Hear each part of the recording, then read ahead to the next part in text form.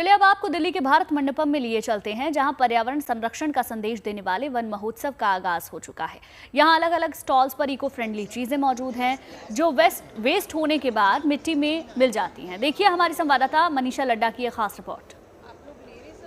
One महोत्सव में 50 से ज़्यादा ऐसे स्टॉल्स लगाए गए हैं जहां आपको प्लास्टिक के विकल्प जो है वो मिलने वाले हैं। शुरुआत में इस स्टॉल नंबर 22 से कर रही हूँ।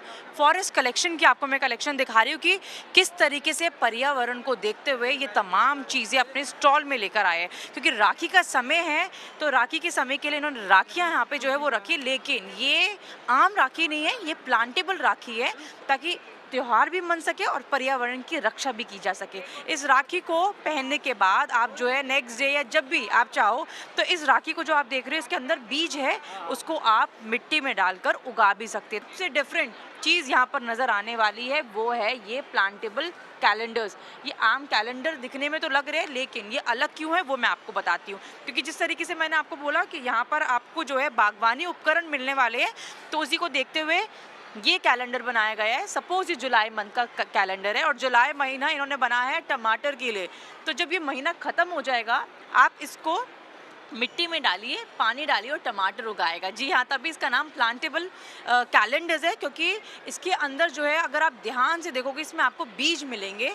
अलग अलग इन्होंने यहाँ पे बीज टमाटर के लगाए हुए ताकि महीना ख़त्म होने के बाद आप का ये कैलेंडर वेस्ट ना हो, बल्कि प्लांट के रूप में जो है ये पूरा कैलेंडर जो है वो आप उगाया जा सके। अब ये कुछ ऐसे मैं आपको पेन दिखा रही हूँ, है तो काम करने के लिए पेन और पेंसिल, हालांकि आप देखेंगे आपको पेंसिल यहाँ पर नज़र आ जाएगी, लेकिन और पेन भी आपको साथ ही साथ नज़र आएंगे, लेकिन इसका इस्तेमाल बाद में भी किया जा सकता है। वो ऐसे क्योंकि आप इन पेंसिल की पीछे देखेंगे तो आपको यहाँ पर बीज नज़र आने वाले हैं, जैसे कि इसमें लिखा हुआ है मस्टर्ड, यहाँ पर आपको नज़र आएगा टमाटर का बीज यहाँ पे नज़र आ जाएगा।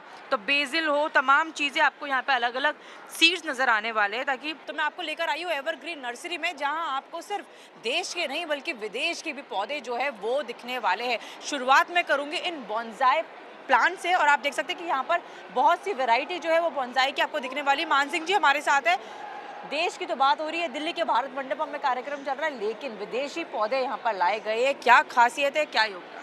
मैम ये जो फाइकस जो बनाया जाता है ना, इसको एक भी पेड़ को 60 से 70 साल इस टाइप का इतना पतला पेड़ को जितना मोटा बनाया गया है, इसीलिए इसको इतना घुमा के ये अजगर की तरह जैसे घुमा हुआ है। हाँ। तो इसीलिए बल दिए हैं इसको, ये बनाया गया है, इसलिए इसको इतना टाइम लगता है। अच्छा, सबसे पहले मैं आपको एक चीज़ बताना चाहूँगी, ये बॉन्साई के पौधे हैं, सारे के सारे बॉन्साई, और आप देख सकते हैं कि इसको अजगर का रूप दिया गया है। इस पौधे को अगर आप आराम से ढंग से देखना चाहोगे, क्योंकि वातावरण इसका तार खत्म हुआ है, अभी धीरे धीरे वो गायब हो जाएगा, पेड़ ऐसा रह जाएगा। इसको इस डिजाइन में शेप में डाला गया है इस पेड़ को। वन महोत्सव की बात हो रही है तो वन में जितने भी आपके पशु पक्षी मिलते हैं उसके हिसाब से जो है वो चीज़ें बनाई गई है। आपके पास ये सुनहरा मौका है इन पेड़ पौधों को अपने एकदम करीब से जानने का, इनको अपने घरों में लगाने का।